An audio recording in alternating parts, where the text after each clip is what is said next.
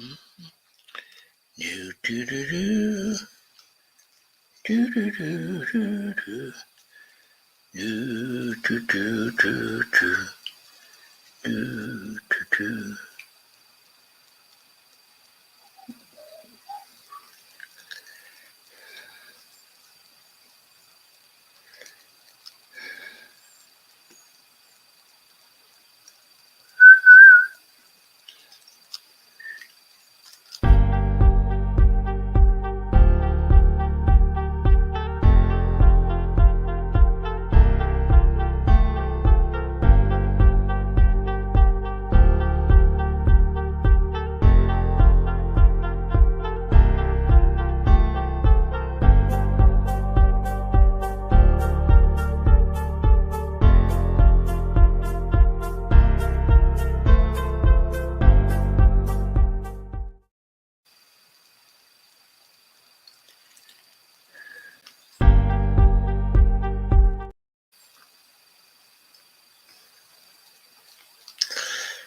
Hello, folks.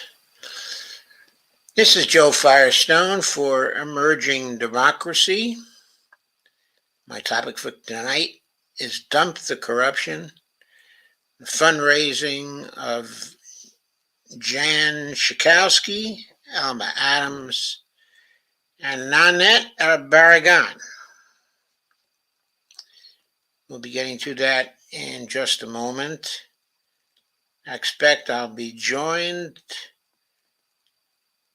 by Gregory very soon.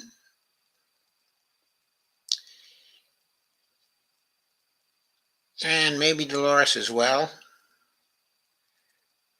Or maybe not. Just came from around the world with Brandy and D. It was a very interesting review of some ancient history in the Levant region of the Middle East, the land of Canaan, the biblical land of Canaan, and a discussion of the genetic discoveries there, as well as the archaeological studies there. Anyway, that's what I was doing, and I encourage you to go to Around the World with Brandy and D. They are frequently live streaming there, and Gregory Mallard frequently live streams at 10 p.m. for Monday through Friday, though tonight he is taking his own live stream off, even though he may be joining mine. So let us go right to Steve Wolfbrand is here, says, hello, everybody. Well, there are not many people here yet, Steve. I'm not sure what the reason for that is, but anyway, I'm going to go right to the fundraising of Jan Schakowsky, whose name I see I spelled wrong in the title.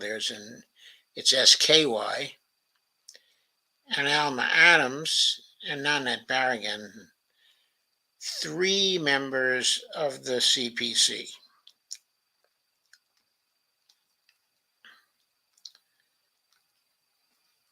I'm going to start by sharing with you Jan Schakowsky's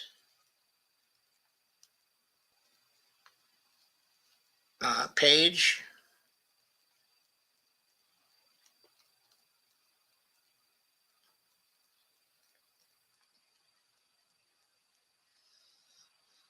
From Open Secrets,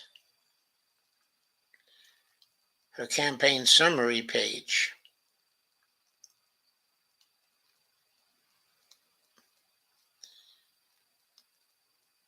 Let's look at the campaign committee and leadership pack combined.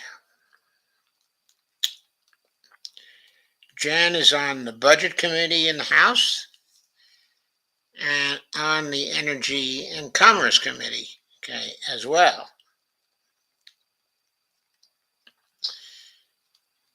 Her top industry was retired people, and she got $178,161 from retired people. Her top contributor was the state of Illinois. She's greatly appreciated by the state of Illinois, her state. And probably most of that money came from employees of the state of Illinois.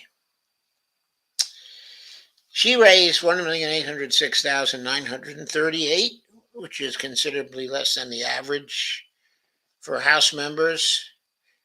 She spent $1,613,541, and her cash on hand was $968,201 at the end of the campaign. So she is very well funded. She has no debts. She did get $28,300 from individuals who work for the state of Illinois. Power Rogers LLP looks like a law firm, and she got $20,100 from them, from individuals in that law firm. She got $20,000 from the American Association for Justice, and that was from their PAC. She got $20,000 also from the American Association of Nurse Anesthesiology.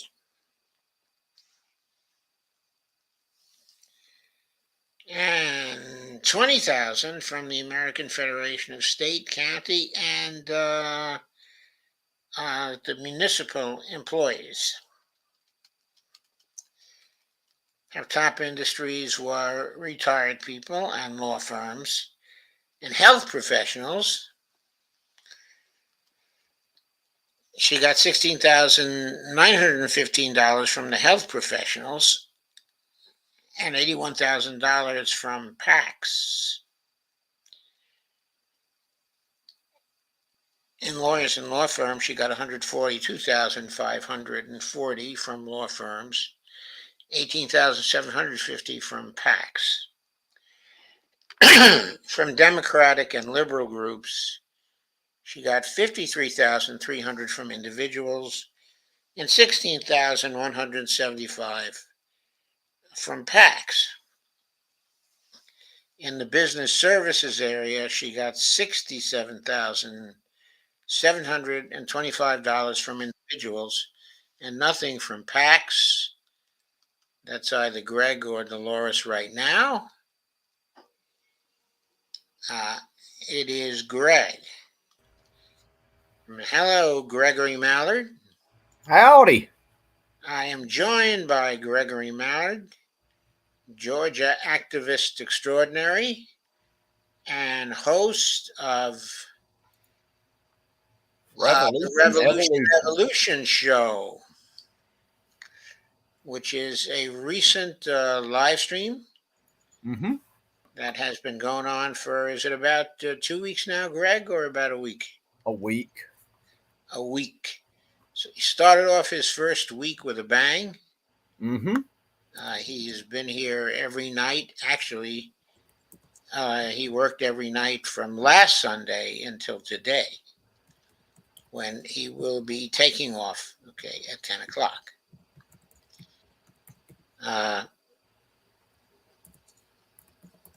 Anyway, let's get back to the fundraising. Greg, we're in the middle of Jan Schakowsky, who had not raised a whole lot of money. It was ample for her race. She's in a very safe district.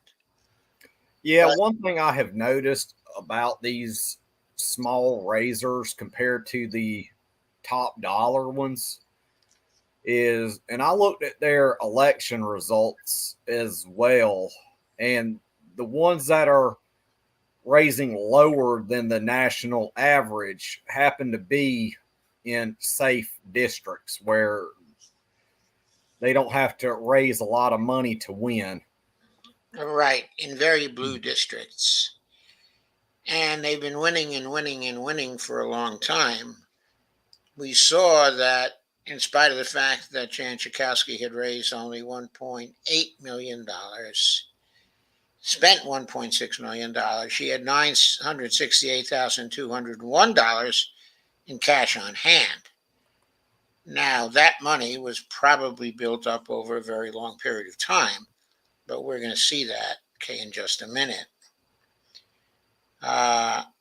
Anyway, going on with her top industries, I guess I'm through them now, but her total raised versus the average raise per congressperson.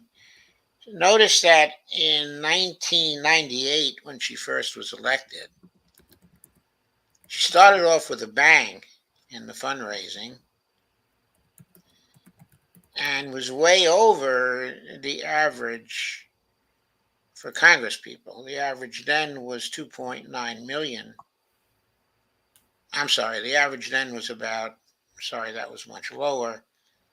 The average was 1.22 million then. Is that right? Yeah, it was 1.22 million then. But she raised 2.9 million then. But ever since then, in every election since then, for the last 24 years, she has raised under the congressional average. And in 2022, her $1.8 million raised was way, way under the $3.48 million raised by the average. And she's in a deep blue district, and that illustrates the point that Greg was making. She's accumulated her surplus, her cash on hand, that war chest of 968,000 over many years then. People are used to giving her money, and she doesn't feel any pressure to pick up a lot of it. So that's what we're seeing here. When we look more closely at some of the other categories, the industries, for example, we've seen many of them, okay, already.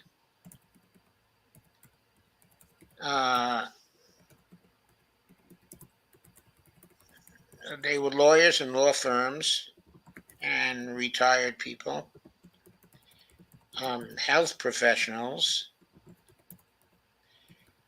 In that area, she raised $61,500 from PACs, by the way. I'm looking at the wrong page here. I didn't include the leadership PACs, but just the campaign committee. So this will be changing momentarily. It is already changed. Her top industry, as I read out before, was retired individuals. 178,161 zero PAC money. Lawyers and law firms close behind at 161,290. There it was mostly from individuals too. 18,750 from PACs. From health professionals, she raised 98,415. This was mostly from PACs, 81,500 from PACs, 16,950 from individuals. From Democratic liberal groups, 69,475, 53,300 from individuals, 16,175 from the PACs. From business services, she had 67,000 $725 from individuals. Probably that represents small business support. From pro-Israel groups, she got $58,817 from individuals, $3,500 from PACs. From industrial unions, she got $54,000 from PACs. From nonprofit institutions, $49,630 from individuals, $1,000 from PACs. From securities and investments, $42,515 from individuals, $4,250 from PACs. And from miscellaneous unions, $175 from individuals, $45,000 from PACs. Public sector unions, $43,500 from PACs, zero from individuals. From real estate, $37,740 total, $21,240 from individuals, $16,500 from PACs. From civil servants and public officials, $36,570, zero from PACs. From electronics manufacturing and equipment, $36,440, $26,450 from individuals, and $99.90 from PACs. Transportation unions, $35,000 from PACs. From women's issues, $34,325, $33,325 from individuals, $1,000 from PACs. Education, $29,064 from individuals. It's interesting in her case how many industries she is drawing from. She's drawing from places across the board. She has a couple of favorite industries, but as a percentage of her total money, they're not really that big. She's relying on a whole range of contributors. Commercial banks even, she got $20,250, $16,750 from individuals, $3,500 from PACs. Retail sales, she got $2,260 from individuals, $22,000 from PACs.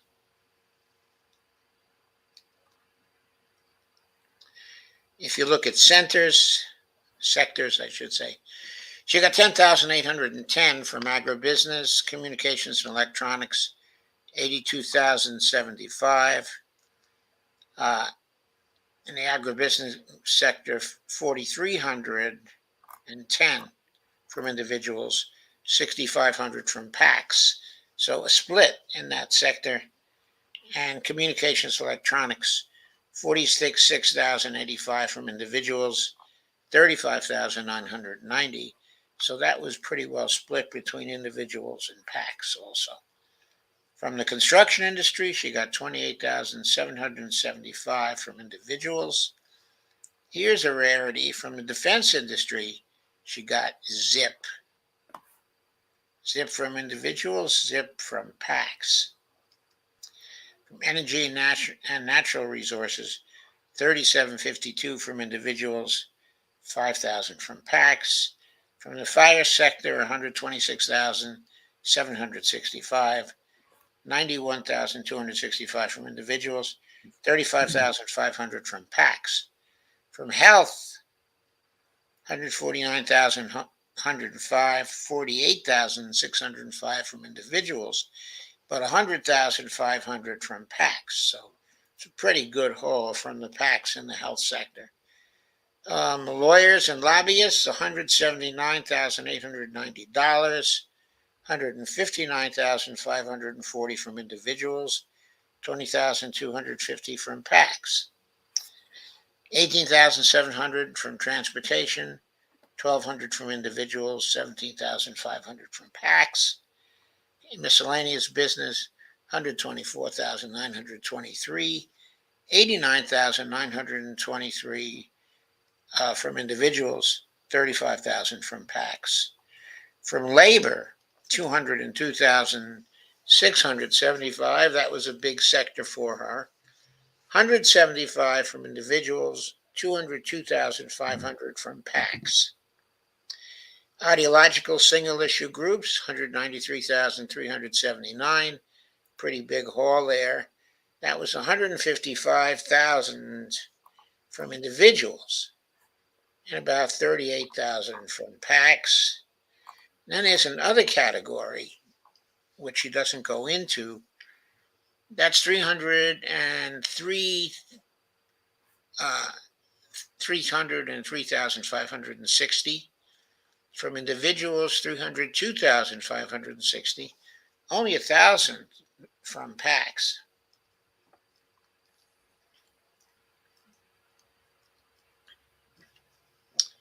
Doesn't look too good, folks. Well, it looks like she's going to fail on the PACs, pretty much. Mm-hmm. What I've noticed is that the unions seem to be using their PACs to aggregate contributions.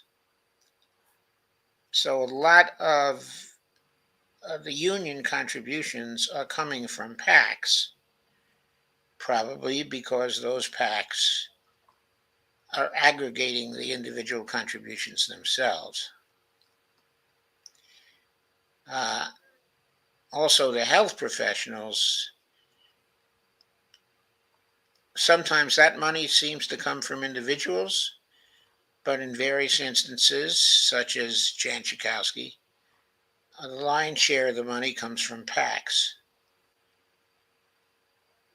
But anyway, she took a lot of PAC money of all kind. So she's pretty much failing the litmus test just on that basis alone. When I go into the PACs category per se, yeah, she's got $402,127 from PACs out of the 1.8 million that she raised. She had 207 PAC contributions.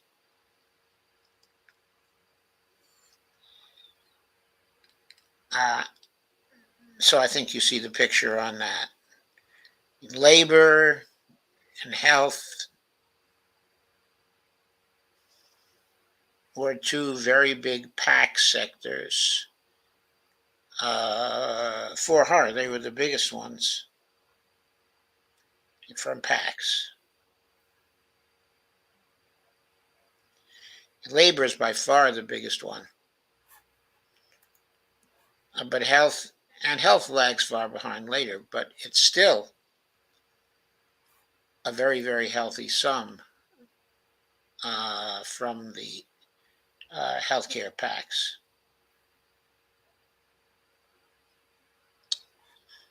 So let's skip over to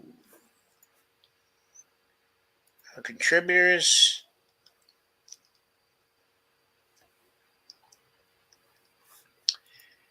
We are talking $817,895 Is that from both campaign committee and leadership?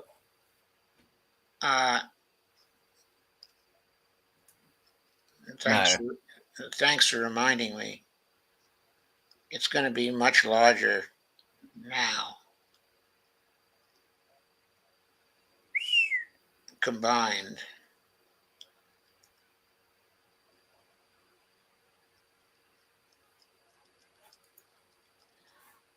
Let's see the total, if we can get the total here.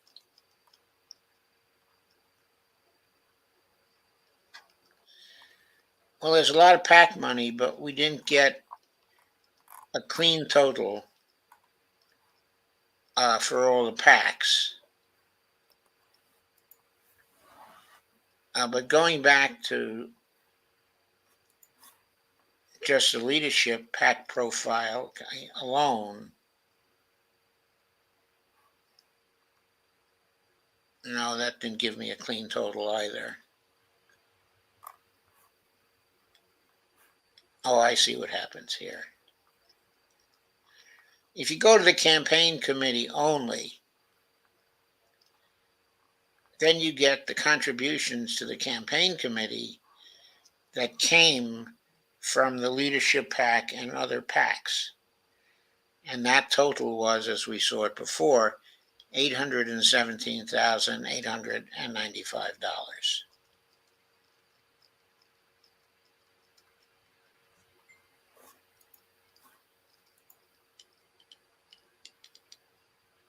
And this came from relatively small contributions from a lot of PACs. Number of contributions from individuals going into the leadership PAC of $200 or more, there were 808 of those. We have rarely seen so many contributions coming from the PACs and through the leadership PAC.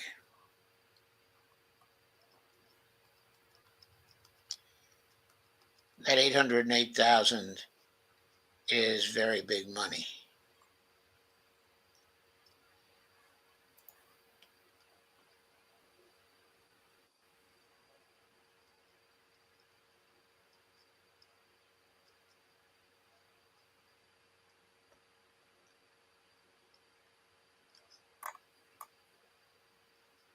Let me get to the combination again.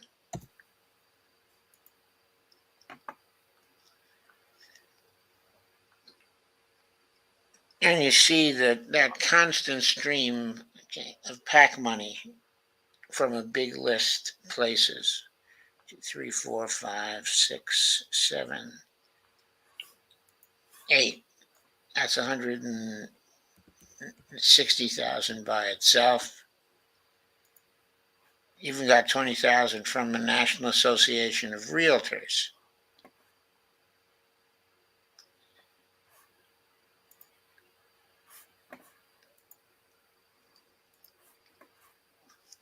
So the top 20 show relatively small contributions, apparently because she only asked for 20,000 from quite a number of these groups.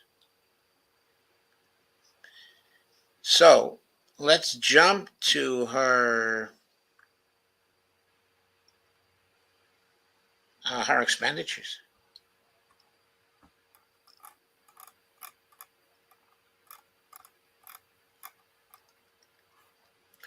Salaries. Considering the fact that she raised under the average, her 421,749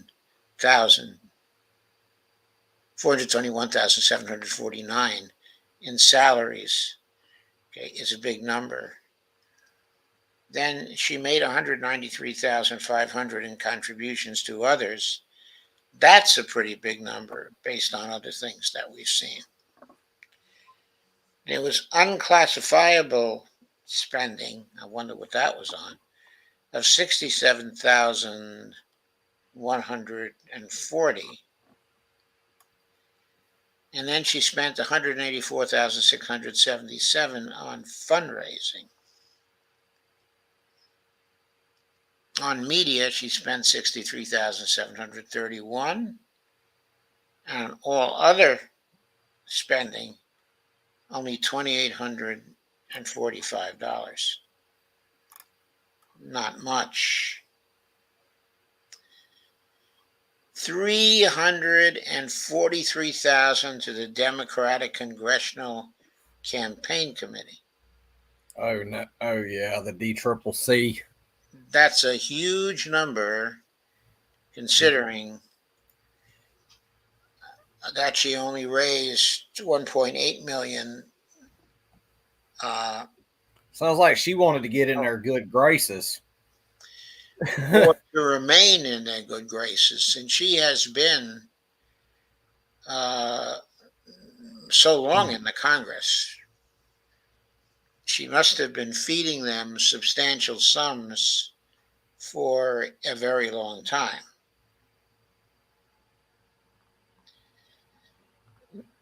Sarah Gersten, consultant maybe, lawyer maybe, $194,500. Benjamin Head, most probably another lawyer or consultant, $141,476. Hilton Worldwide Hotels, maybe she lives at the Hilton when she's in D.C. I don't know. $122,420. New Blue Interactive, 63,000. Jacques Tweet, 34,962. Automatic data processing, 30,552. Blue Cross Blue Shield of Illinois. So she contributed to a charity, evidently. Or a health insurance company. Well, she would get congressional health insurance. Yeah. So this is Blue Cross Blue Shield of Illinois. She must have given them a contribution because she always does that or something. 24,680. Hovercast Incorporated, 14,434. Whitney Burns, 11,105. Pole Press Inc., 11,012. Fifth Third Bank, 10,229. World Pay, 8,902. Diamond Communications Solutions, 8,634. Also, Numero Inc., 7,668. Broadway 5533, 7,200. I wonder whether that's a ticket agency that gets her tickets to Broadway shows. I don't know. That's a joke. AT&T Incorporated, 7,200. Maybe long distance phone calls when she's not in Congress. Okay, DNC travel offset account. Maybe she give big contribution to the DCCC because she's on the DNC. Maybe that's why. Wait, so she's a DNC member? She may be a DNC committee member. She's been there for long enough. She's popular enough in her district. I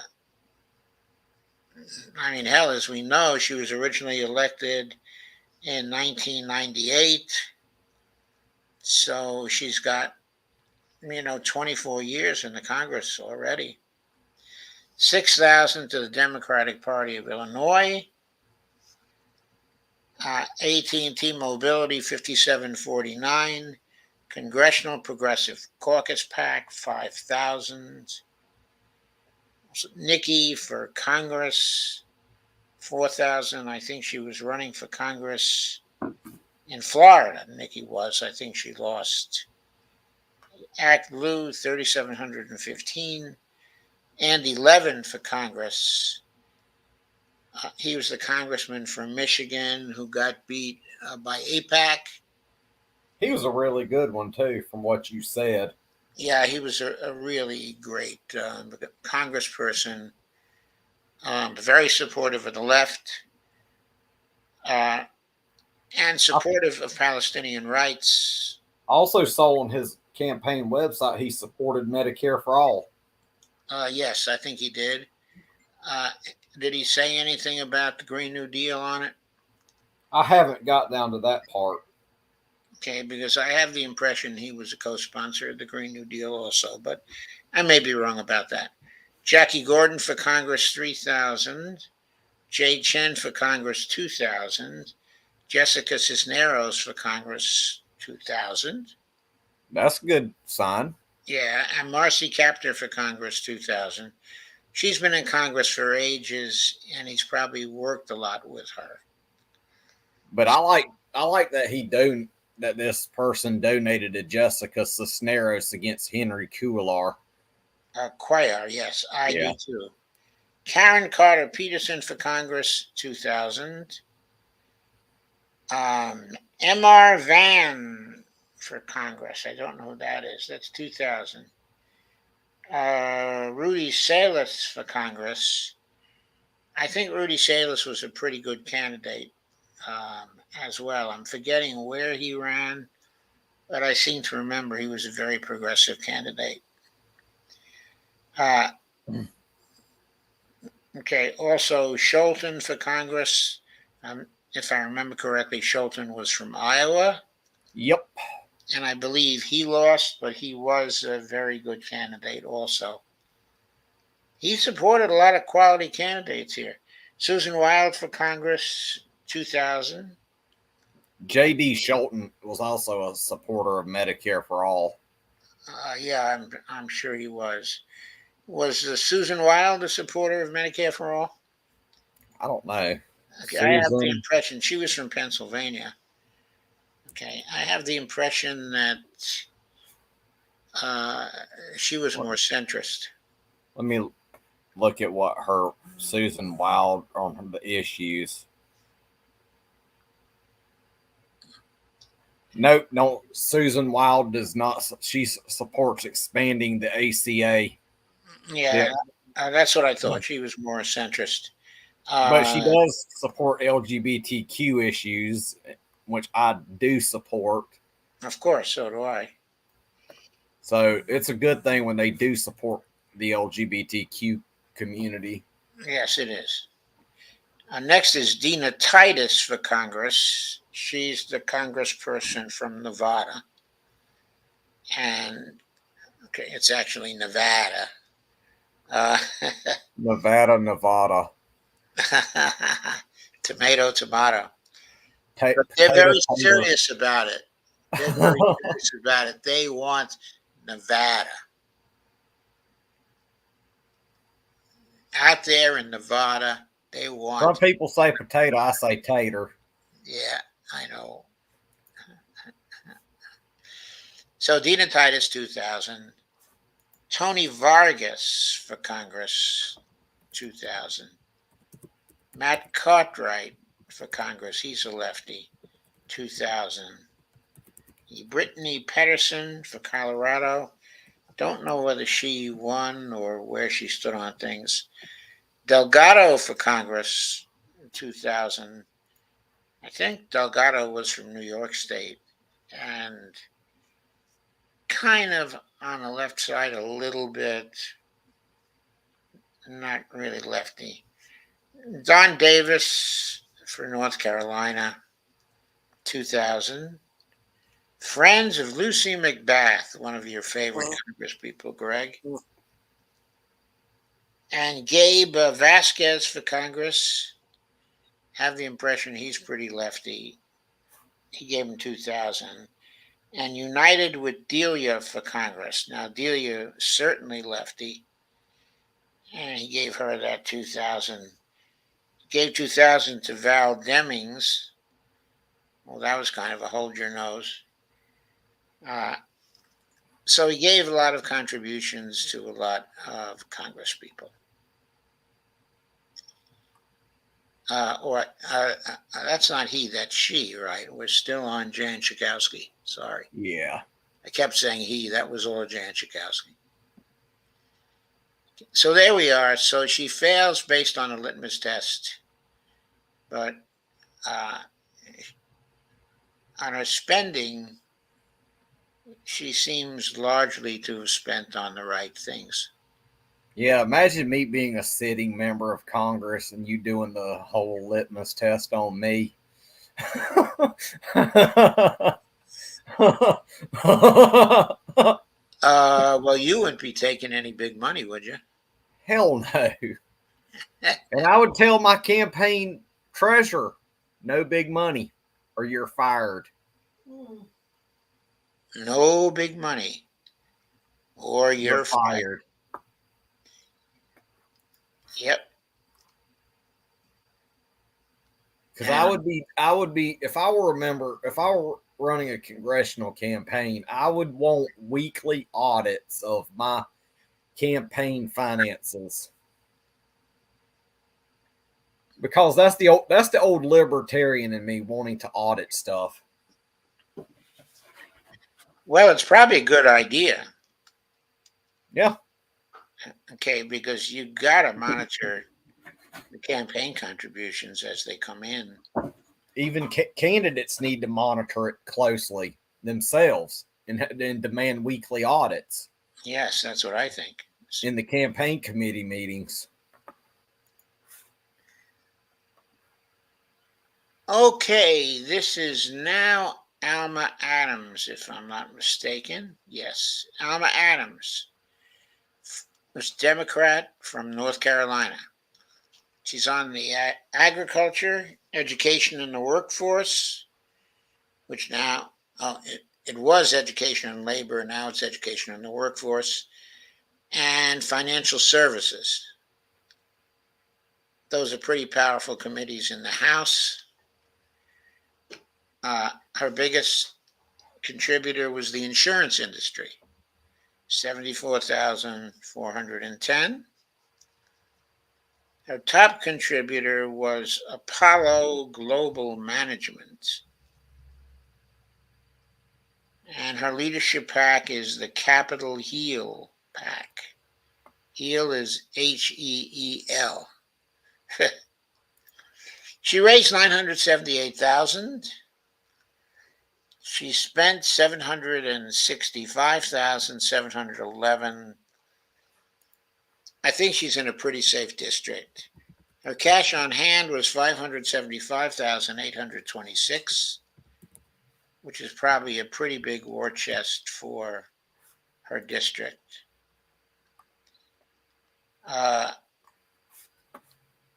top contributors were Apollo Global Management again, 22,100 from individuals, National Association of Retailers, 20,000 in PAC money, Blue Cross Blue Shield, 17,500 in PAC money, Home Depot, 17,500 in PAC money, Wells Fargo, 5,425 from individuals, 12,000 from Wells Fargo PAC money. Top industries: insurance, 2660 from individuals, 71,750 from PACs. Commercial banks, 7925 from individuals, 58,500 from PACs. Securities and investment, 24,600 from individuals, 19,500 from PACs. From public sector unions, 43,000 from PACs. From real estate, 39,500, 16,000 from individuals, 22,500 from PACs. So those were her top industries.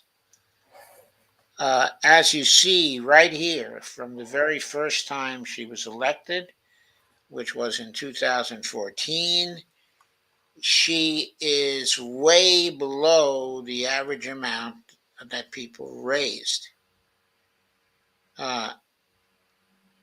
This last number of 800 and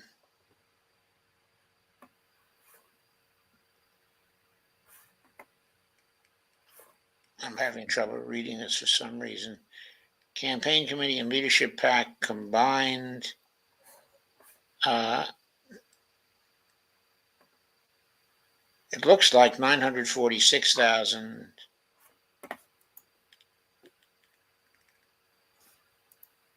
It looks weird. I'm not sure that number is right. On the graph, it looks like it's 946,000. That's probably what it is. That's well below the national average, whereas Nancy Pelosi raised 12 times the national average. Right. She isn't a big fundraiser. She raised 824,000 in 2020. She raised 589,000 in 2018. She raised. What state is she from? North Carolina. And her name is who? Her name is Alma Adams. She's a CPC member. She raised $922,000 in 2016 and $766,000 in 2014.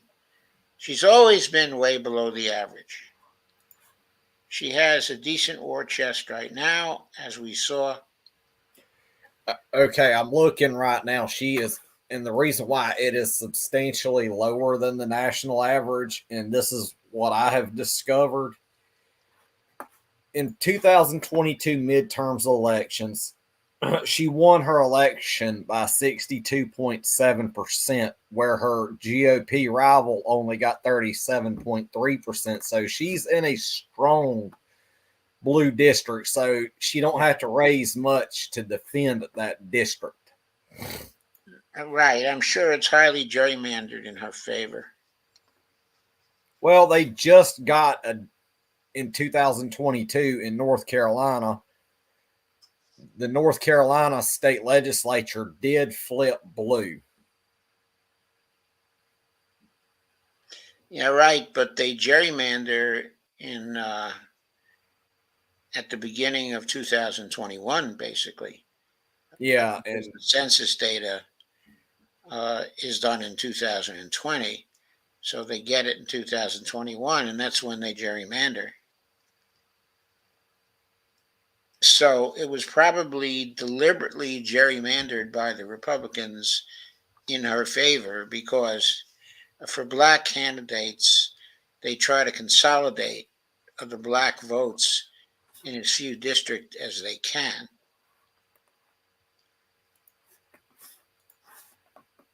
Which is probably why she ended up with a very safe district.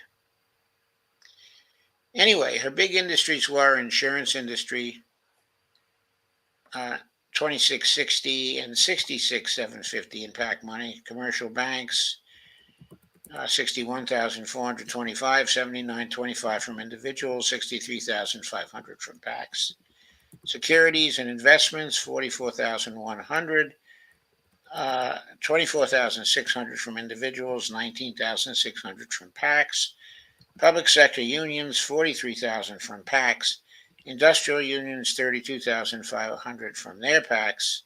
From real estate, 16,000 from individuals, 13,500 from PACs.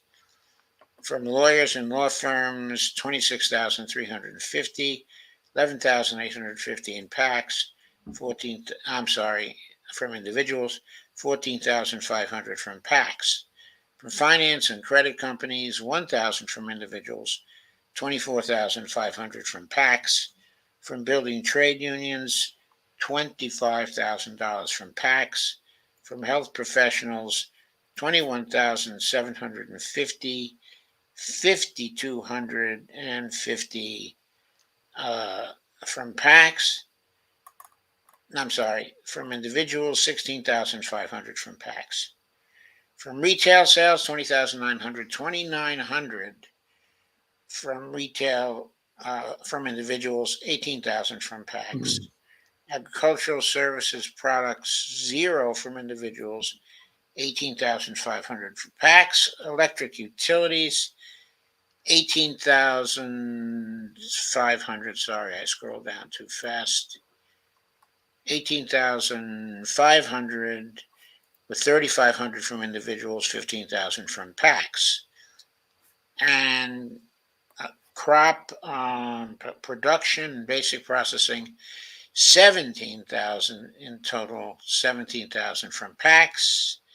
Miscellaneous manufacturing and distributing, 15,750, 1,250 from individuals, 14,500 from PACs.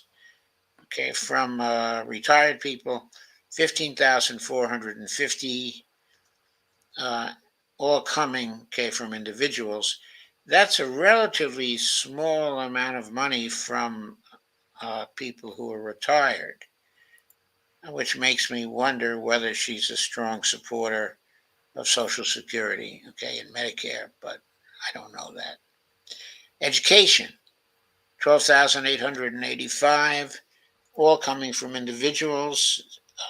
Telephone utilities, 250 from individuals, 12,000 from PACs. Telecom services, 1,000 from individuals, 11,000 from PACs. From lobbyists, 9,500 from individuals.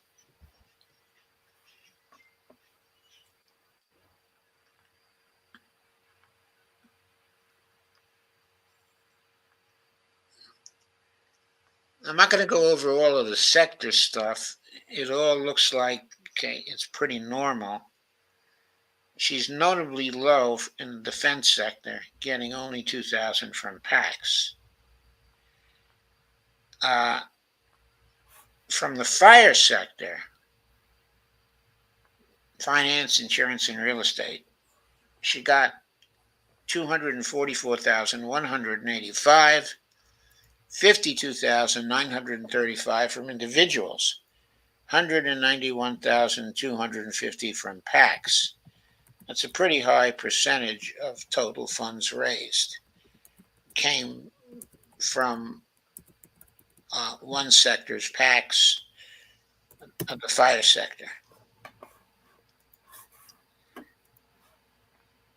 In the health sector area, she got 46,650, 14,650 in individual contributions, 32,000 in PACs.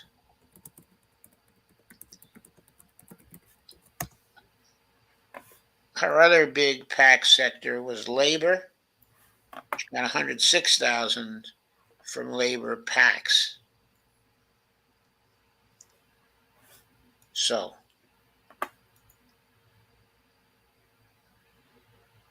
let's now look at the PACs themselves. Total in political action committees, 350 contributions. Total in PAC money was 617,662. So she certainly fails on the PAC criterion.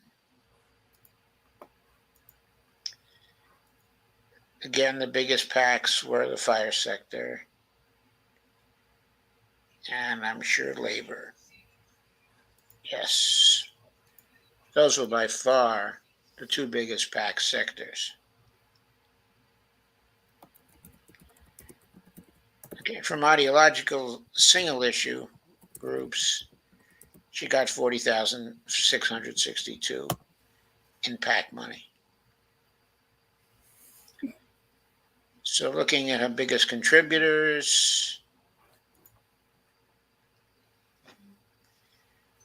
from the Capitol Hill PAC, which is her leadership PAC, she got $220,285. So that one was really, really big for her, really, really important.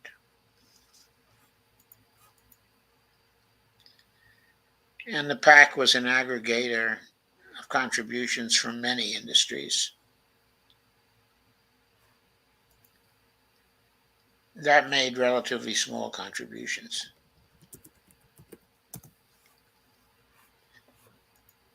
So we'll get to spending.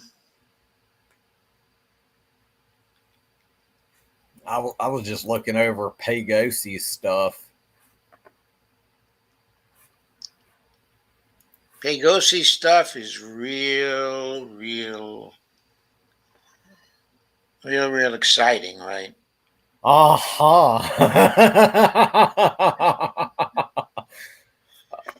about Pagosy, she gave almost $7.5 million to the DCCC. Yeah, she was funding the DCCC all by herself, right? And she also gave to NGP Van almost 168,000. Yeah, that makes sense. She's looking for a lot of data. In terms of her expenditures, she spent 109,134 on fundraising, which isn't a lot to spend in this sector. Again, it makes sense because she's in such a solid area. She had 72,857 in administrative expenses, unclassifiable 59,700 K and 88. So notice she didn't have too much in salaries compared to Jan Schakowsky, for example. Campaign expenses 872, contributions 37,150. All others 6859. Alma Adams gave 250,000 to the DCCC.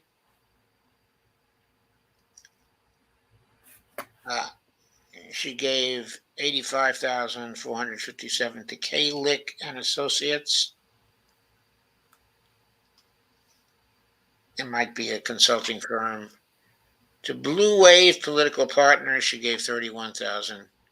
To Mission Control, she gave 47,000. To Blue Wave Political Partners, she made 20 payments. And to Kalick and Associates, she made 21 payments. So those were frequent consultants. She spent 21,096 at the Sheraton Charlotte in Charlotte, North Carolina.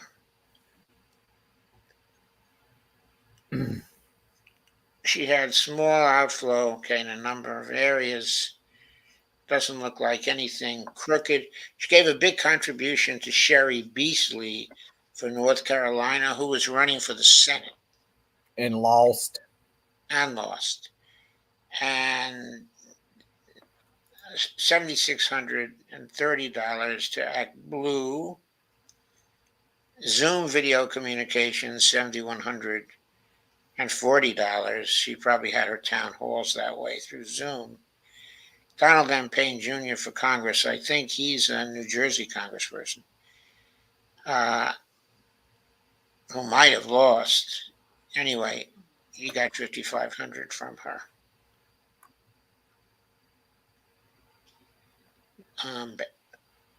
There was $4,710 to the Black Political Caucus of Charlotte. Anthony Brown got $4,000. I think he was running up in New York. Colette Forrest got $3,080. Don't know who she is. Eunice Polk got $3,000. Sam Spencer got $3,000. Friends of Lucy McBath got $2,000. Friends of Johanna Hayes, she was running and won, in the Connecticut area. That's a no on her because she gave to Lucy McBath. Yeah, she gave to Lucy McBath, and she gave to Ilhan Omar $1,000, and Lisa Rochester $1,000. Chantel Brown got $1,000. That's another no. Yeah, Sharice Davids got 1,000. Sean Maloney, the guy former DCCC chair, I think. The former one who did, he must have lost the DCCC by himself 4 seats last year. He was so incompetent, so stupid. Okay, but occasionally, in spite of, because of his incompetence and stupidity, he lost his own seat.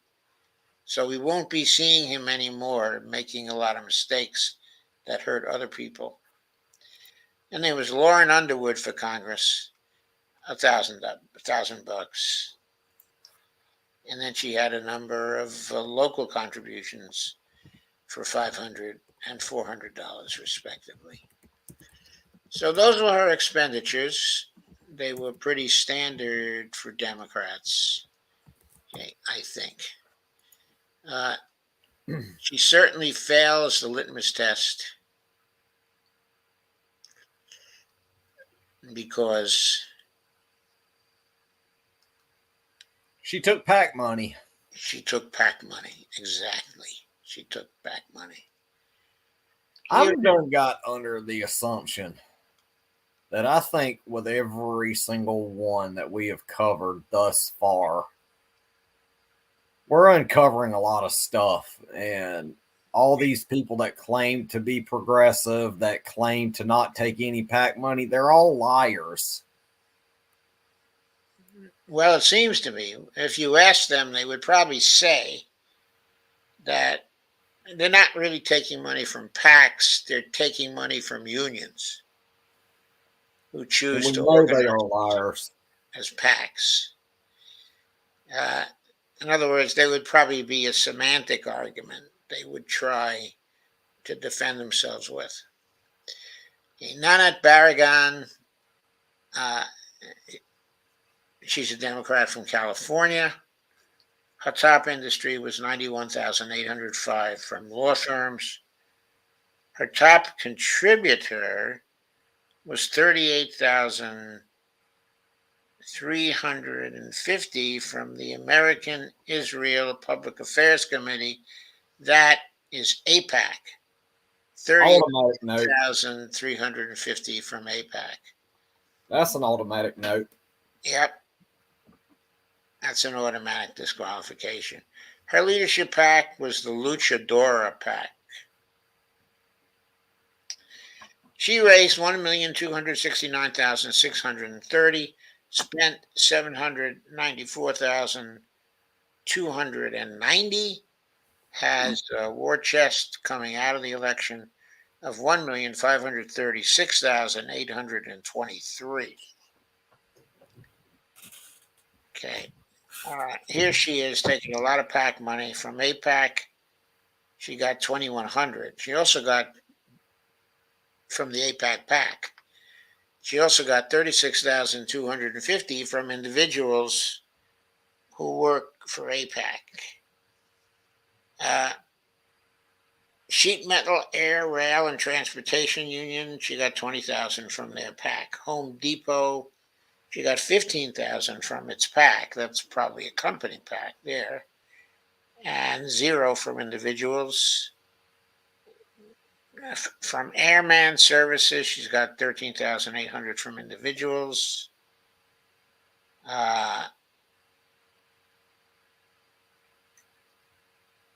Top industries, lawyers and law firms, 91,805, 82,555 from individuals, 9,250 from PACs.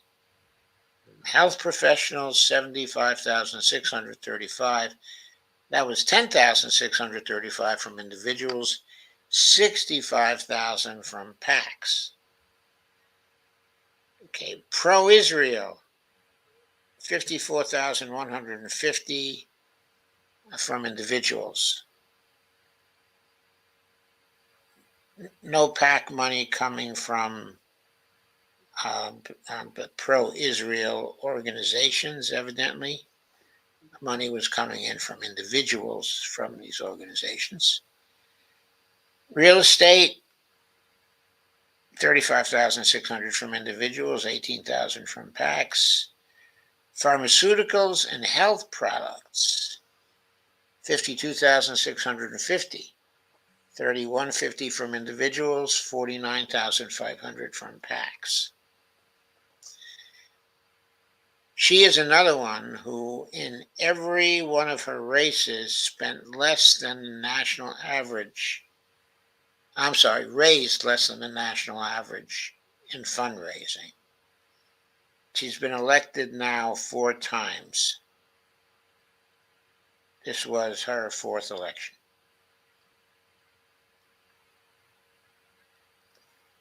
She must be in a very safe district.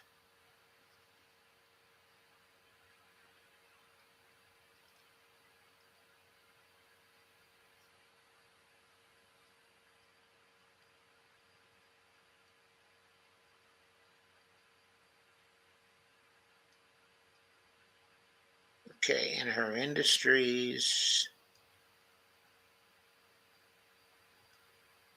top 20 industries contributing to her campaign.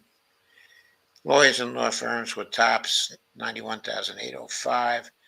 Health professionals, 75,635. Pro-Israel.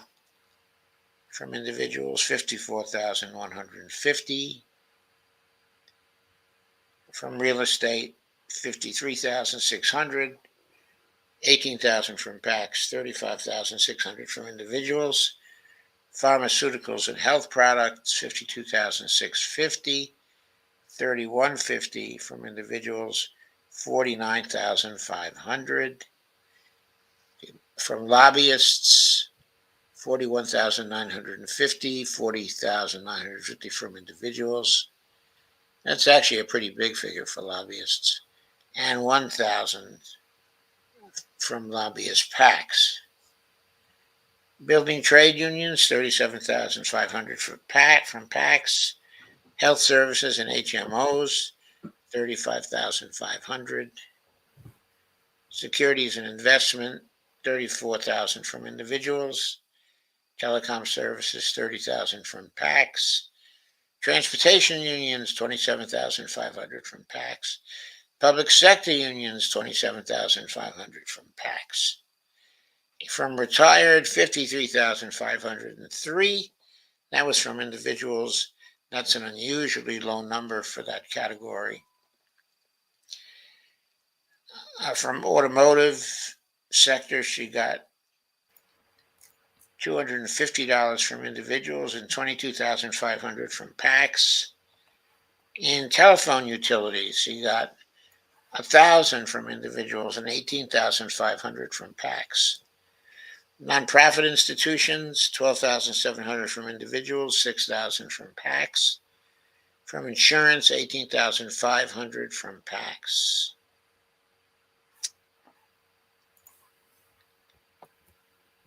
Doesn't look like there's very much more that's notable there.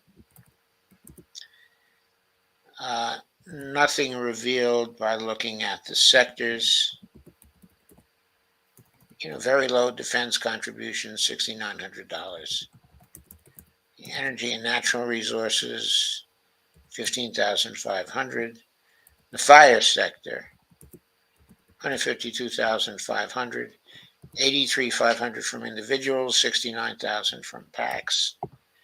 The health sector, 19,510 from individuals, 156,500. That's probably really her most important sector, because 155,500. A lot of corruption there.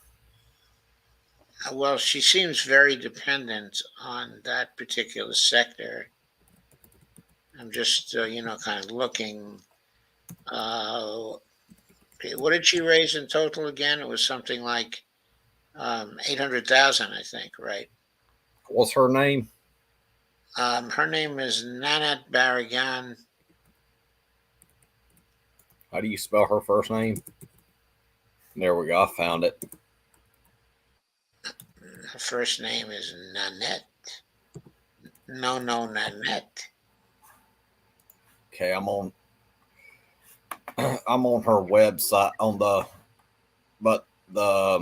she raised $1,269,630. She spent of that $794,290, and the cash on hand is over 1.3 million. Pretty good, right? Yeah, like, it's weird how she has more cash on hand than what she raised. Well, I don't know if that's weird, because it means she accumulated cash. Yeah, somewhere. Her runs. She's run 4 times. And in each run, she's probably spent far less than she's raised, because she was always under the average for Congress people, okay, in money raised. She's probably just in a very safe district.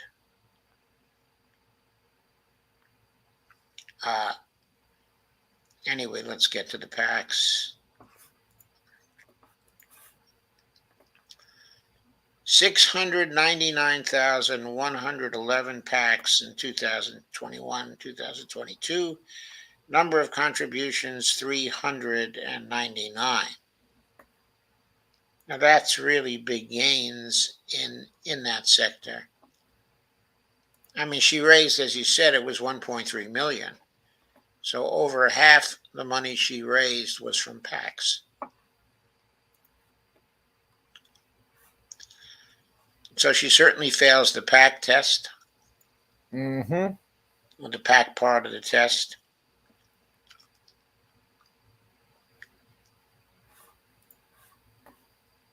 And these packs are like wowzers. Her Luchadora PAC,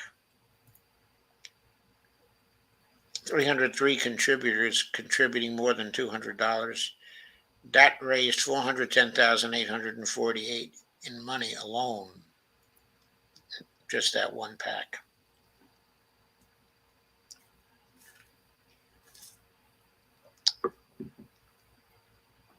Okay, nothing new from looking at the rest of the PAC figures. There are a lot of small contributions, but coming from PACs, so they really add up.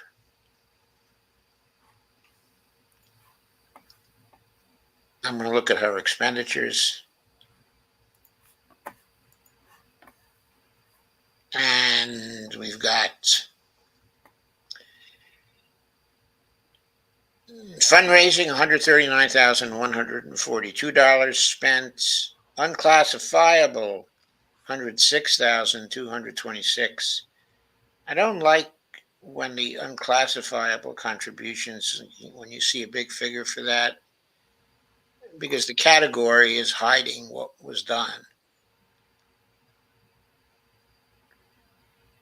96,000 K in administration, 95,000 in contributions. So she gave a lot of contributions to a lot of folks. Guess who her biggest The D delegate triple was? C. D-triple-C, 146,500. The Strathdy groups, she gave 32 payments to that. That's a consulting firm. 92,681. Blue Wave Political Partners, 52,603. Press Print, 43,792. NGP Van, 42,274.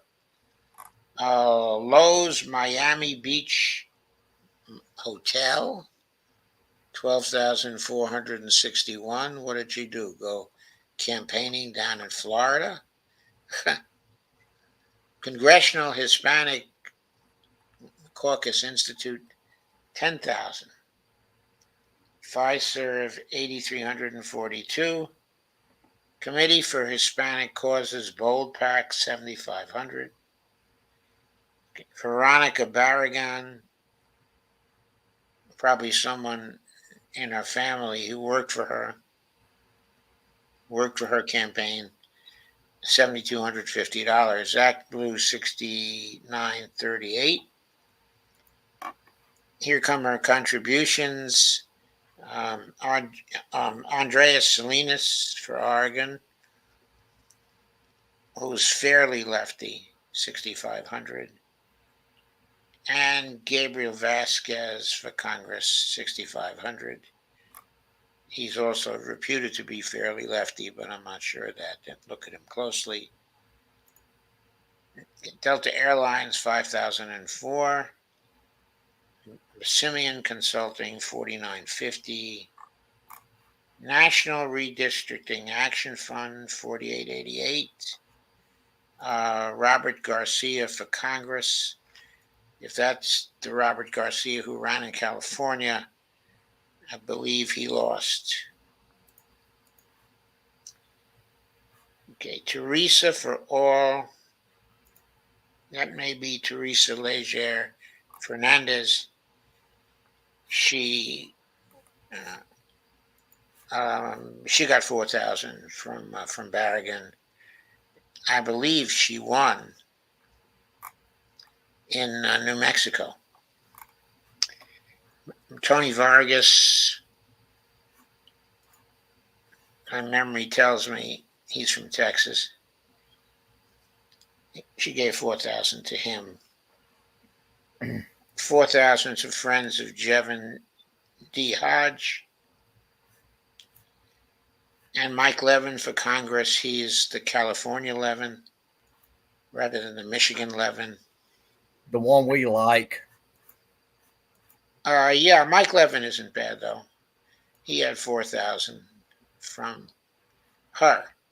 She gave 2,000 to Michelle Vallejo.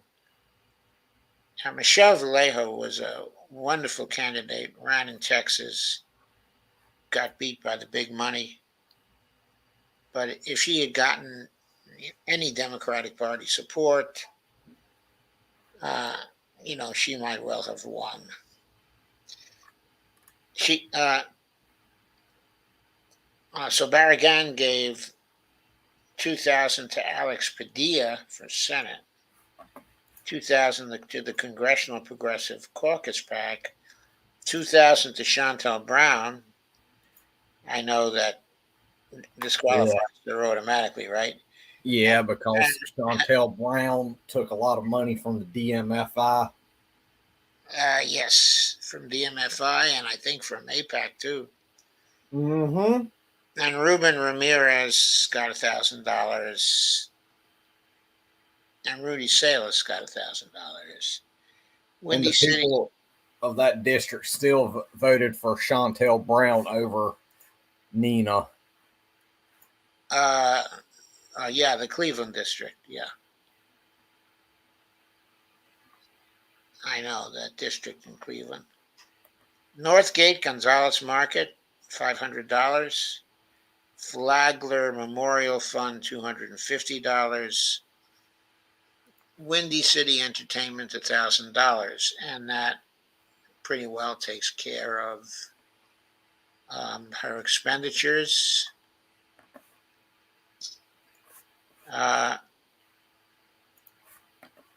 She was generous to colleagues, and she was generous to DCCC at $146,000. So that's the pattern of the expenditures, and we've gone over the pattern of the funding.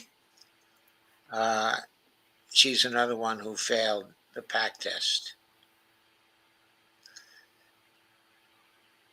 And so that's it, I think, for the fundraising. So we have 3 more candidates. Alma Adams, Barragan, Jan Schakowsky, all failed the part of the test dealing with PACs, at least. And yes, Robert Copeland, I think that she is in another safe district.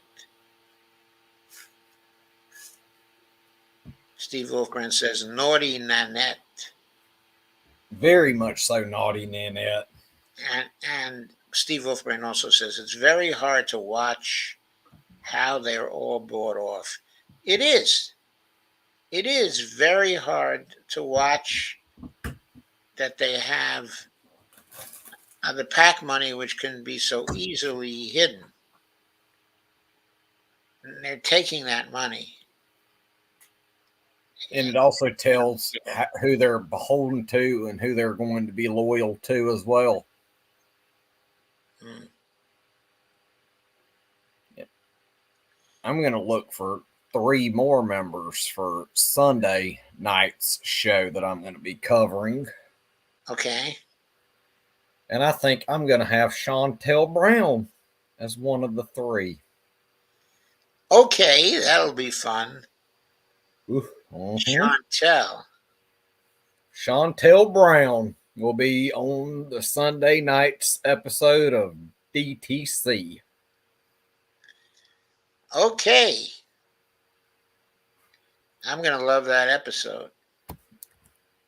Steve Wolfbrand says Nancy Pelosi money from insider trading. Steve says NC looks beautiful, but those winters. How are the winters in North Carolina? Not as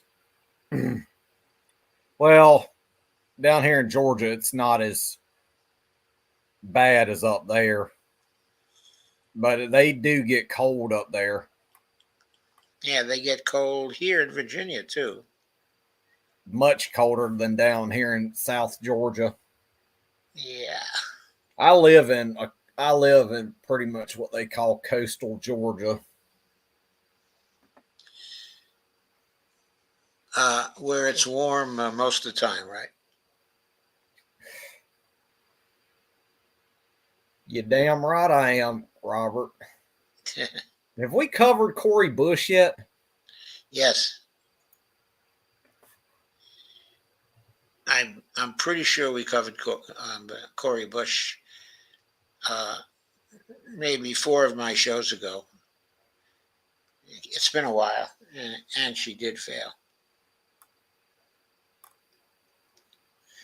I'll have to double check though.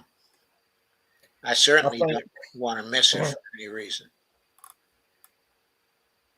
For my show Sunday evening, for the Dump the Corruption, I'm going to go over Maxine Waters, Ayanna Presley, and good old Chantel Brown. Okay, Greg, I think that's going to be an enjoyable show. Oh, yeah. And they're all 3 CPC members. A highly enjoyable show. Yep, I'm going to put, like Robert Copland said, I'm going to put Chantel Brown in the real hot seat. Because I'm really interested to see how she beat Nina Turner with all the money. Well, remember, you won't see the super PAC money in there.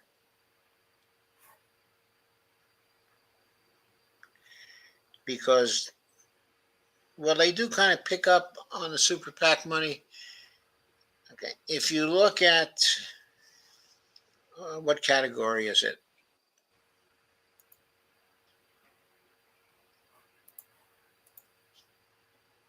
Okay, there's a category in there.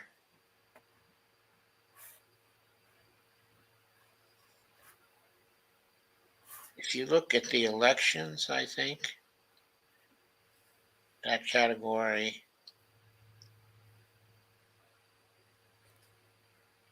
Robert, just give me an idea. Well,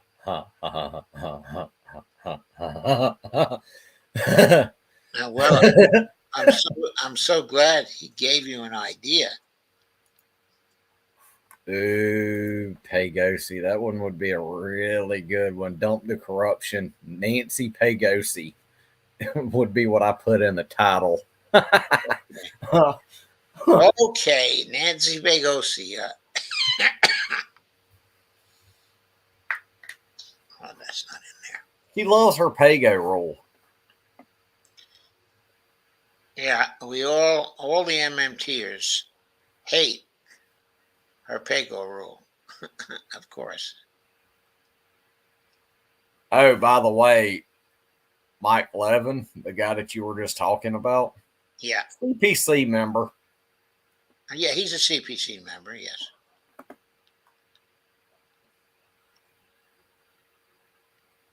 Yes, and we haven't covered him yet.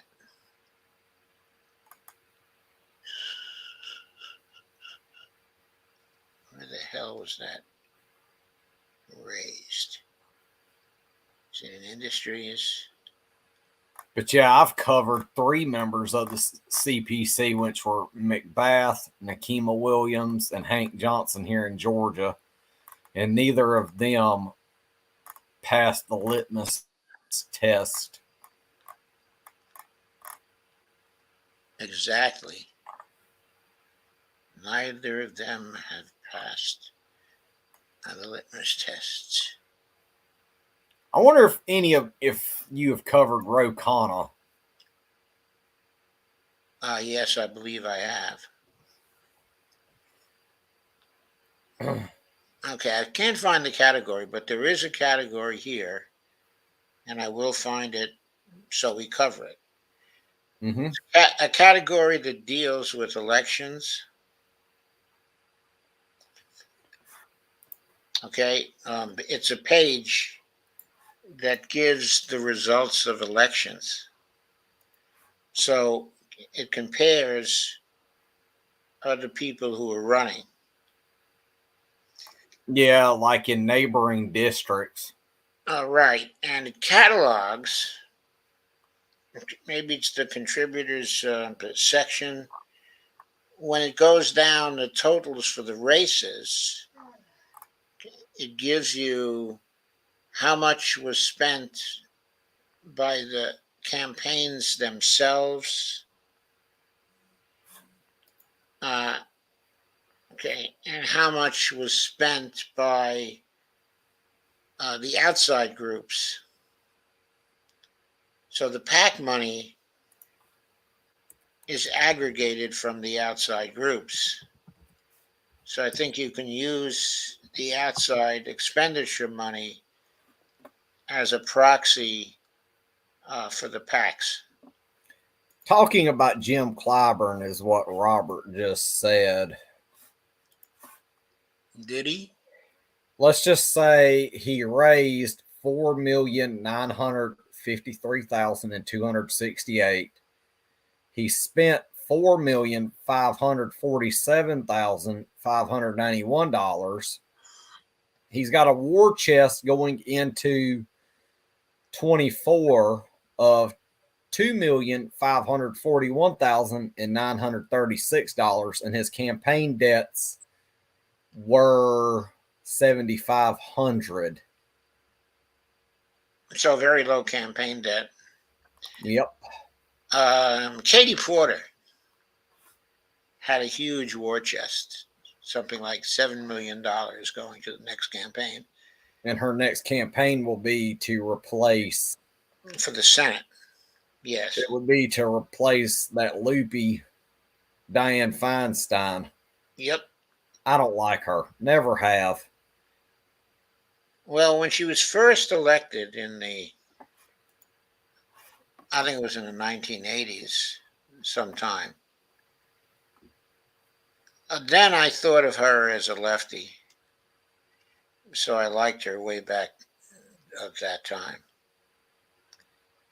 Okay, I don't think she's changed much over the years,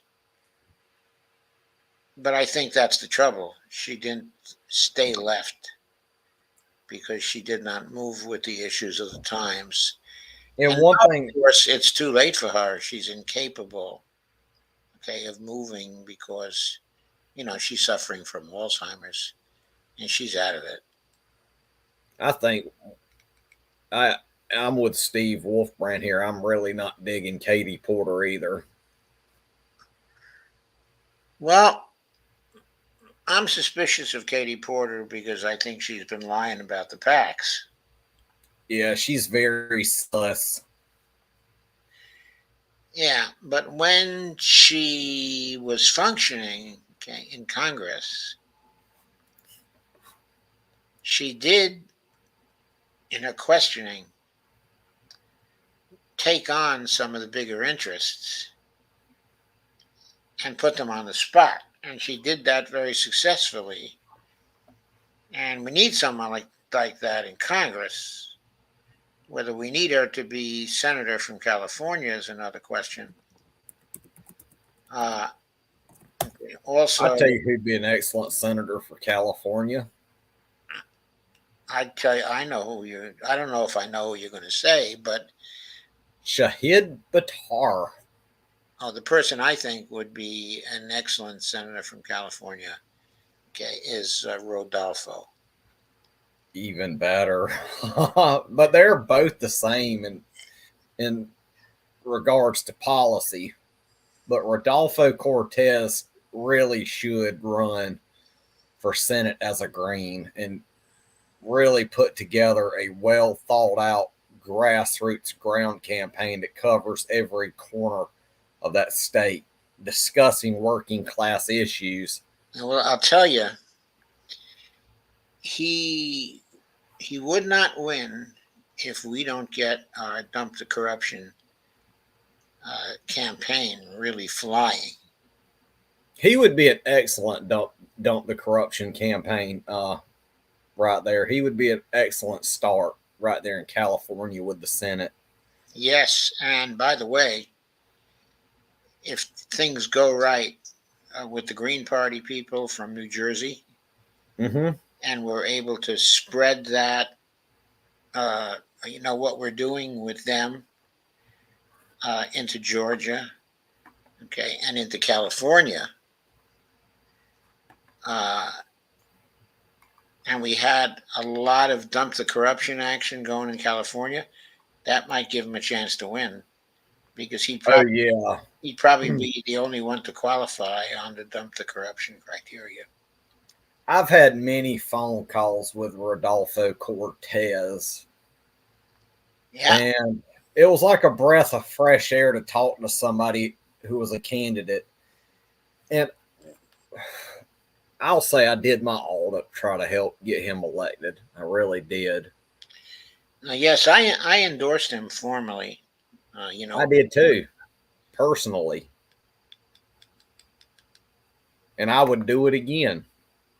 So would I. I think he's a prince. Greg is going to put Chantel Brown on the hot seat. Oh yeah. Well, figuratively speaking, because of course she's not going to be interviewed by us. I wish that she was. Then we would put her on the hot seat. Can you imagine if I got elected to Congress and I went up there and literally lit the fire under Congress and I said, I already know all of your campaign finance records, know who you're taking money from. I would be the type that would go up there and stir up a ruckus. You would. There's no question about it. They'd be But I mobile. think first I would like to run. If I were to run for office, I would start out with the Georgia state legislature, cleaning house in my own state before I go to a federal office. Okay, Steve Wolfbrand says, I want to see Jimmy Gomez's funding. But Jimmy Gomez is Steve's congressman. Is he a CPC member? I think he is. I think he is a CPC member, as a matter of fact. Here, let me see, but I'm pretty sure he is. Okay, I'm in the caucus members right now, looking for a Jimmy Gomez. Yep, 34th District of California. The very same. I think that's the district Rodolfo Cortez run in, if I'm not mistaken. I don't think he ran in that. I think he ran in either the California 39th or the California 40th. Hang on, I'll tell you. I'm looking right now on Ballotpedia. Oh, it's the 40th. The 34th district is where Kenneth Mejia ran. Yeah, and the 34th district is where Devora used to vote. She's not in the 34th district anymore. Yeah, because they lost a congressional seat and they had to gerrymander the state again. Yeah. I don't know what district, but yeah, that'll be a good Monday night show for you. Jimmy Gomez. Yeah, I may well take him on there. Let's see. Steve, you got your wish, bro. Yep. Doris Matsui. Yeah, Doris Matsui. Yeah. I'm on the CPC website right now, scrolling down. Yeah, I'm scrolling down too. They just changed this so that in the last couple of days. Yeah, so that the new people are in here. I am seeing Becca Balint. I'm not sure they would let me into the CPC if I was elected. Well, there's Maxwell Frost. He's in it already. The vice chair at large. Joe. Why is a newly elected person in there as a vice chair at large? And Jill Takuda is Tulsi Gabbard's successor. And Tulsi Gabbard, given the time she was in office, I don't think she took a lick of corporate money. I could be wrong. Because I never got the impression that she was the type that would take big money, but I could be wrong there.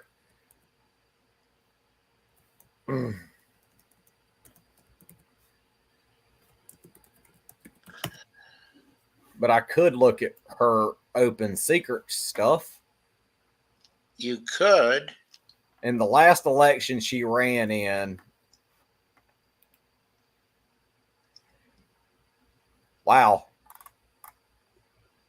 Campaign committee and leadership. There is nothing in there from PACs. Who are we talking about now? Tulsi Gabbard. Oh, Tulsi Gabbard. Yeah. Yeah. And she was last elected in 2018. Yeah, I'm not sure she was taking any PAC money back then. But really don't have it has only top contributors, but no top industries. But her top contributor, yeah, she did not take any PAC money when she was a member of Congress. Yeah, she took everything from individuals, so that's a good thing. She was true to her word.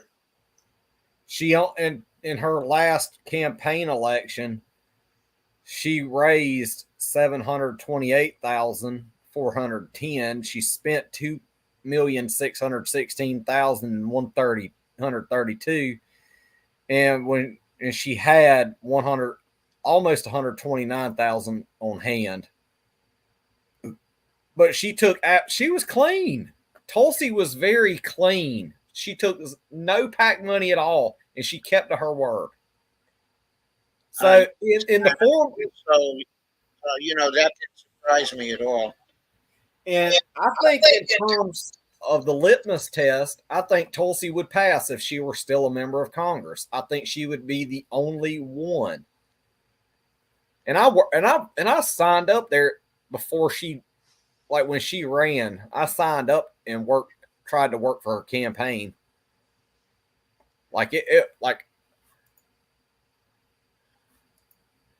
I liked Tulsi, but the way she's been lately, it's kind of turned me a little sour. But I watched her kickoff rally and hosted a watch party on Facebook when she did the kickoff. She announced that she was running on January 17th of 2019, right on my birthday. And I was like, holy shit, holy bejeebus, this is the greatest birthday present I could ever get. Okay, Ro Khanna was covered 13 days ago. Yeah. I'm typing out my notes right now on who I've picked. But yep, Chantel Brown is going to be the number one on that show that night. I'm really excited for this one. Well, good. Chantel Brown, Maxine Waters, and who's the third one? Ayanna Presley. And she's a squad member. Yeah, she's an original squad member. I don't even think they'd let me in the squad if I was in Congress. I really don't. I'm not sure there's an official squad. I think that's Just imagine if I got elected at the same time as Nina Turner. Ooh. that would be pretty funny, but I don't know if Nina Turner's ever going to get elected. Yeah, because of the big money that Well, assuming she has to get elected in her district, yeah. and assuming she sticks to The that district. only pack that I am seeing that Nina Turner took me from was Our Revolution. So I think all packs aside, I don't think that's a bad pack. Well, of course, we know what that pack stands for. Yeah. Okay, and that is not offensive. But with our rule, we want people to vote according to the rule. But So if realistically speaking, there will be people who will make exceptions to the rule because they'll use the reasoning you just used. yeah, Well, the only pack she took money from was Our Revolution, and that. see, I just pointed out an example as well. But like Robert Copland say, I would be too much of a troublemaker to be in the squad. Okay.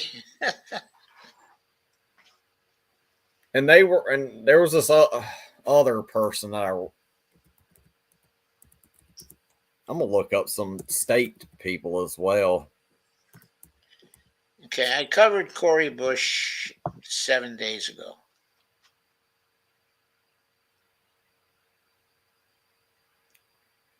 Oh, and by the way, if a Nabila Islam runs for office, her endorsement from Hillary Clinton, yeah, I wouldn't touch that with a 10-foot pole.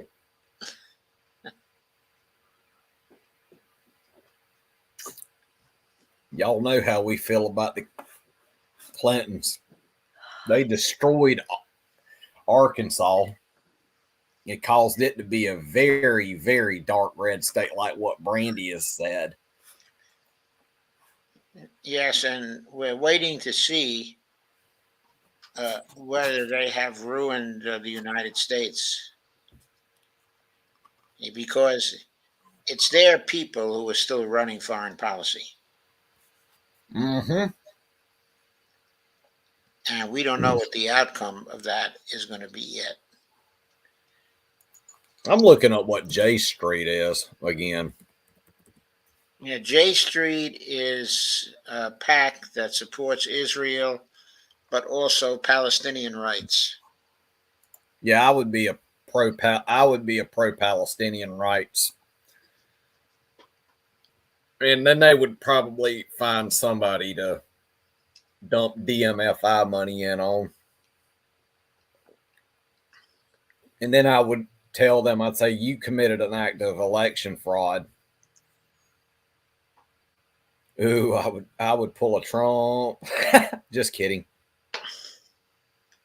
Somebody's got to make some noise up there in DC. Yeah, well, you could, accuse them, okay, of election fraud, sue them in court, and depending on what your grounds are, uh, I doubt you'd win the case, but you might. I mean, there are facts there. So Chantel Brown also does not support Medicare for all. Yeah, I know. She never did, and I don't think she supports the Green New Deal either. She doesn't. I would actually support the Green New Deal, but my Green New Deal proposal would also include agricultural policy on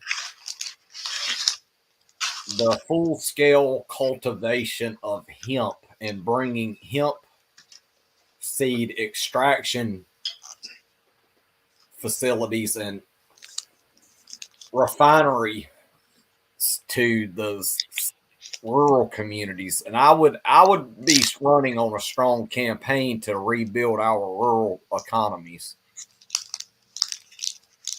I'd be the type of person in Congress that does not leave rural America behind.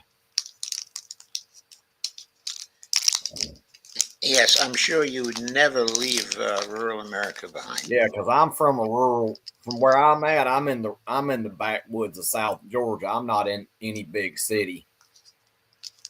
Yeah. I live literally out in the middle of the woods. What's the biggest city near you? Augusta, Georgia, and Savannah, Georgia. Okay. Is Augusta bigger than Savannah these days? No, it's smaller than That's what I thought. Savannah because you got to think Savannah is a large metropolitan city and it's also a major port city. It's a major port of entry on the eastern seaboard. Mm. And they do have barge traffic that goes up and down the Savannah River up to Augusta that carries stuff up there. They still do barges. Mm. Okay, how we doing on the comments? Yeah, Robert did say I'd be too much of a troublemaker for the spot though. Because I wouldn't even go up there dressed up in a suit. I really wouldn't. I'd go up there in work boots, blue jeans, a nice button-up shirt with a tie and a blazer.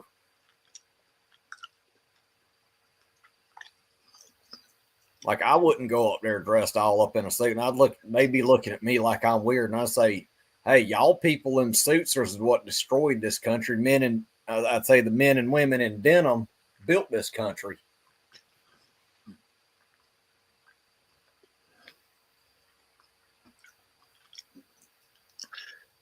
So what kind of pants are you going to wear with your blazer?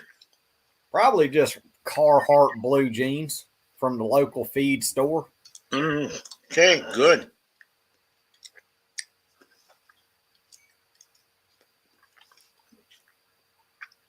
And if I was an elected representative, and whenever I'm not in office, I would be the type that would hold town halls across my district for like different working people of working class, like maybe talk with the teachers and see what they need in the classrooms. And actually, I would be the type of congressional rep that would actually go inside the classrooms and watch what teachers go through. Howdy, Stephen. L. Stephen Day. Yeah, Robert Copeland says Rudy Salas is from California. Yes, I remember now, Robert. I think he was also a fairly lefty candidate, wasn't he? I'm looking on.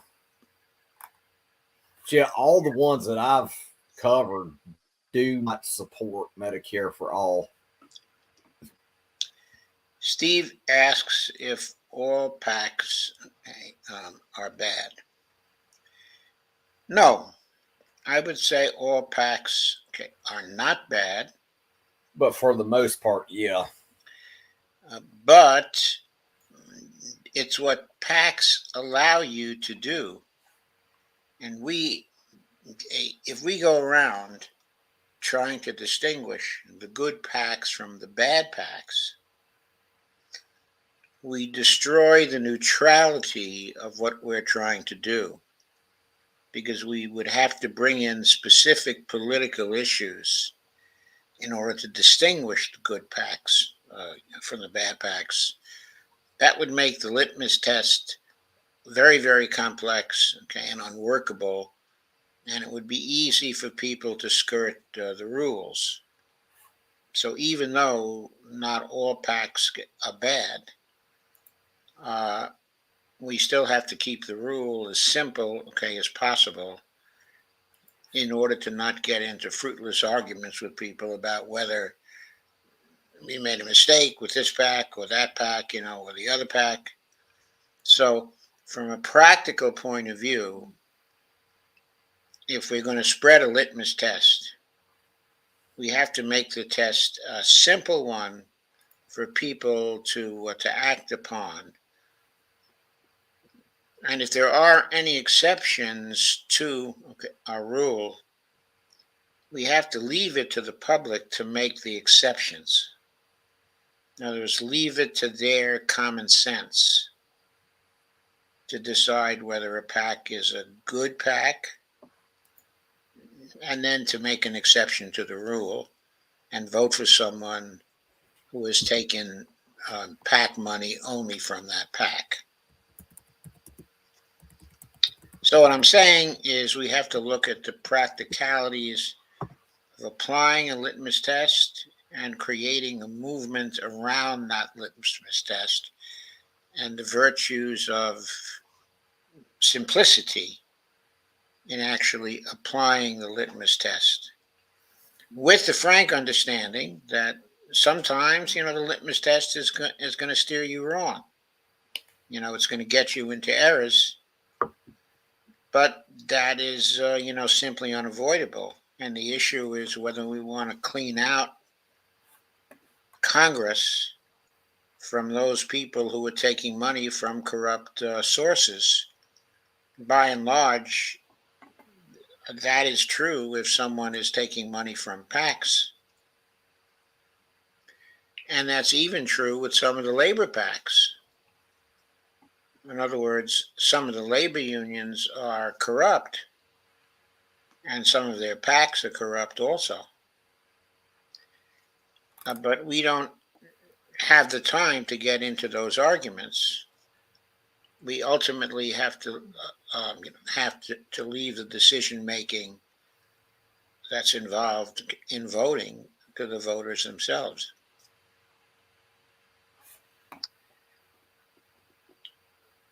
Steve, I think Sabby Sabs already did a show about Kashama Sawant. She did. Yeah, she did one either today or yesterday. I think it was yesterday, and that I saw the show this morning. She had a very long show, and it was divided into two parts. And the second part was Kashama Sawant, and that was outstanding. I would love for us to. I looked into that movement that she's wanting to start, and maybe I think what needs to be part of that, and it's the dump the corruption, which would be an excellent part to have in a movement like what she's wanting to start. Oh yes, I think so too, and I think it would be really something for our movement if she would join it, okay, in principle. I honestly think she would. And I looked into her campaign financing, and she's 100% clean. Like, she would pass the litmus test with flying. She passes the litmus test in flying colors, in my opinion, from what I could see. Like, I think the only two people that we talked about tonight that I would consider voting for Congress, or either in a future election, would be either Tulsi Gabbard or Kashama Sawant. Well, Tulsi, I believe, is probably still clean from the money standpoint. Okay, but I think that she hasn't been completely candid with the public about what her guiding principles are. For example, her guiding principles in foreign policy. they always seem to me to be, I don't know, I won't even want to characterize them. There's too much in her explanations which make her outlook on foreign policy difficult to categorize. And when it comes to domestic policy, I'm not so sure she's on board with MMT. She's not. So I'd have a problem with that. Ooh, so I'm looking into Bernie Sanders campaign stuff now. And what are you seeing? Let me see. He's probably taking a lot of PAC money His from. leadership pack was Progressive Voters of America.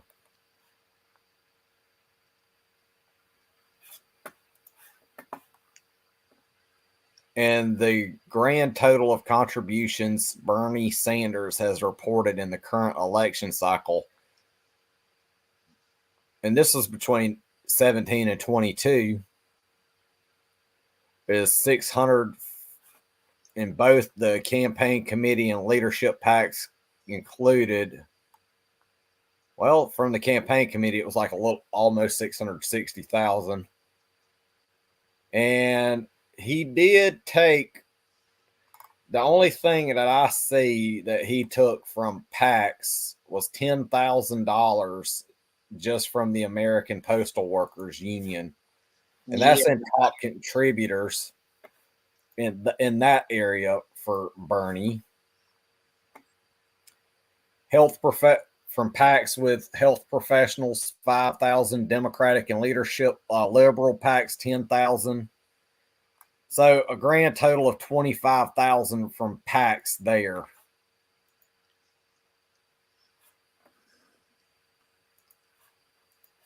Not much. So that's a total of 25,000 that I counted. That's not much. Not much at all.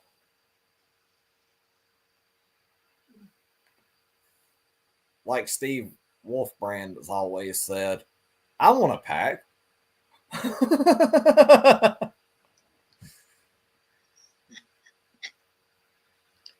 I really want a PAC now. That way we can sway influence. Just kidding. A dump the corruption PAC. Yes. Yes. Dump the corruption PAC. Yes. That would be awesome.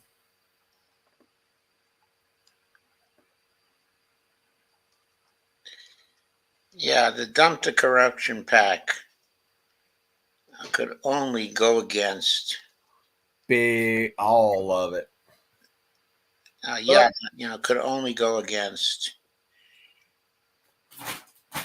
the people taking the big money. Who were taking the big money.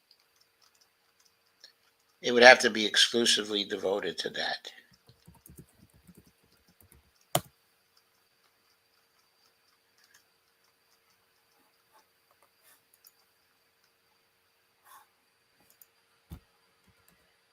John Garamendi, Ruben Gallego, Stephen Horsford. Now, the CPC isn't really a very progressive bunch.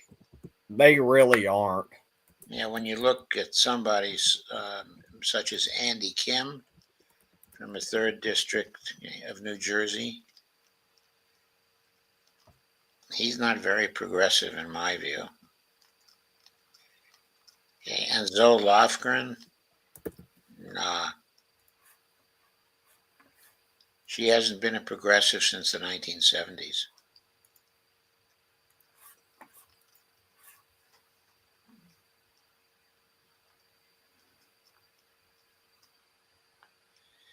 Yeah, Jimmy Panetta.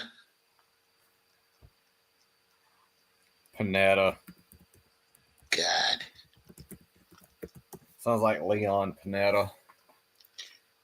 Yeah, I'm pretty sure Jimmy Panetta's his son. But yeah, I'm actually like what Steve Wolfbrand just said. I am more than happy that Kashama Sawant is going national. Like, I would love for her to run for Congress as a socialist alternative candidate and win.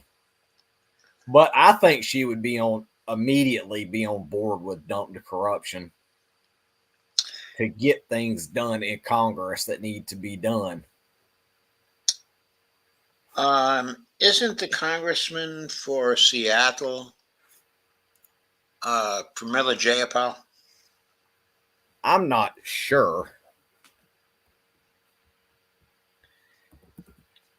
I'm Okay. going to look up the statistical atlas. It seems to me if Kashama should run, she'd probably be running against Jayapal. Now, I think that she can beat Jayapal, but Jayapal would have a ton of money against her. But yeah, that would be something if she would run as a. I just looked up Green Party ballot access, and I'm looking right now, and they currently do not have ballot access for Washington State. So if they got ballot access, like, I think Kashama Sawant could lead the charge for getting Green Party ballot access for Washington State. Like, and maybe she can work with Amber. And they're close to having ballot access there. I'm pretty sure they had ballot access in 2018. yeah, but they don't for the 2022 because the Democrats were working tooth and nail to remove them from the ballot in a lot of states. Yeah, which forced some of the candidates who might have run as Greens to run as Democrats instead.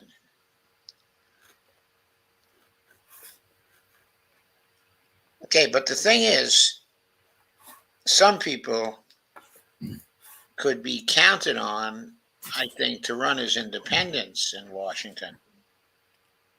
Okay, in other words, they have to let the independents run. Okay, so if Kashama ran as an independent, she could certainly get into the top two, okay, in the primaries. And then she'd only have the general to win. Okay, the question is whether in the general the Republicans wouldn't be crossing over to vote for Jayapal. Okay, because the Washington system of elections is like California. There's a jungle primary, okay, and then there's the election.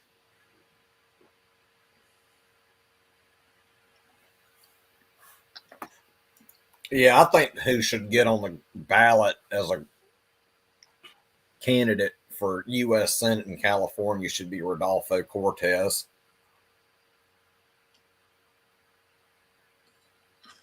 Well, he might be able to get on the ballot, by getting the petitions.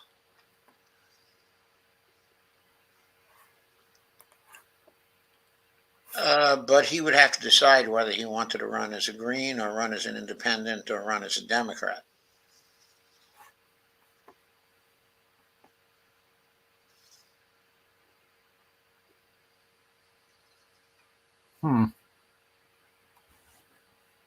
So the Green Party, according to gp.org, they have it where they are looking to get ballot access for the Green Party. In California, right? No, they already have it in California. Oh, but they're looking to get it in Washington. Yeah. And I think Kashama Sawant could easily lead that charge and get the Green Party ballot access in that state. Yeah, I know. Okay, it's 11:05, and I'm thinking it's time to go. Good night, everyone. And don't forget to like, share, comment, subscribe, and follow, and turn on that notification bell. Right, and don't forget also that that Greg's going to be back with his show on Sunday. Sunday night at 10 p.m. Right, and don't forget also that Around the World with Brandy and Dee will probably have some weekend shows. They're not set yet, but they often have shows on Saturday and or Sunday. Yeah, and I've been filling in for Brandy here lately. Right. So look for them too. God bless you, honey. Thank you. Okay, so look for them as well. And have a good night, everyone. And have a good weekend, everybody. And You and Bonnie have a great weekend as well. You too. Thank you. You're welcome. Okay, and I'm pretty certain that I'll be joining Greg on his panel, Oh, you will. okay, on Sunday. Because this one's going to be an exciting one. Good. I'm all in for the excitement. And the way things are working, there's at least a chance that I'll be on one of the Around the World with Brandy and Dee shows.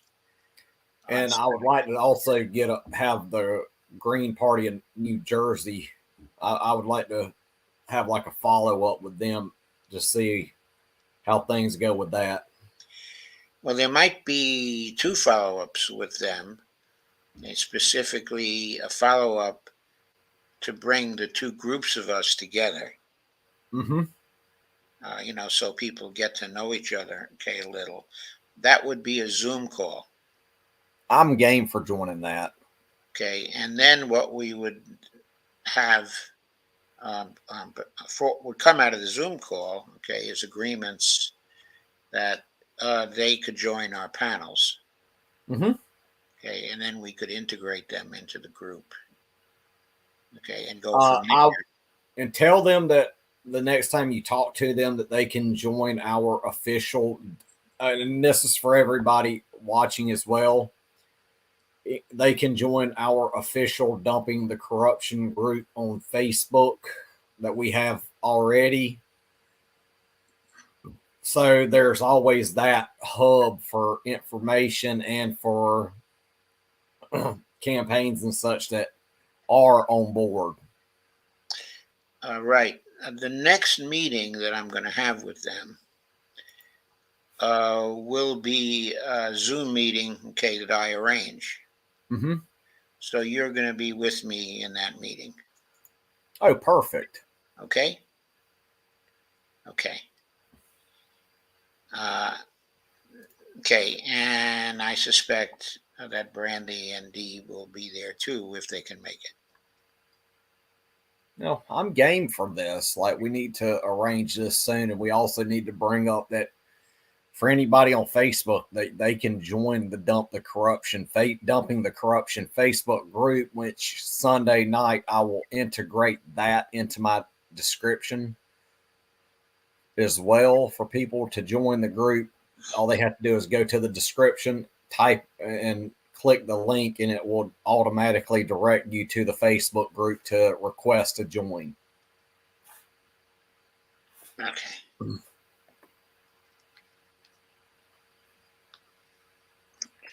Okay, so I think we're done for now, folks.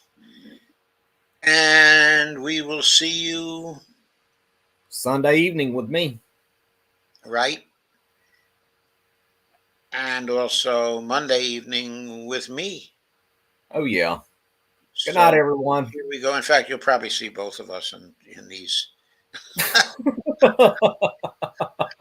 Where you see Joe, you see Greg. Where you see Greg, you see Joe. Okay, so thank you, everybody, for coming. Have a great night. And we'll see you soon.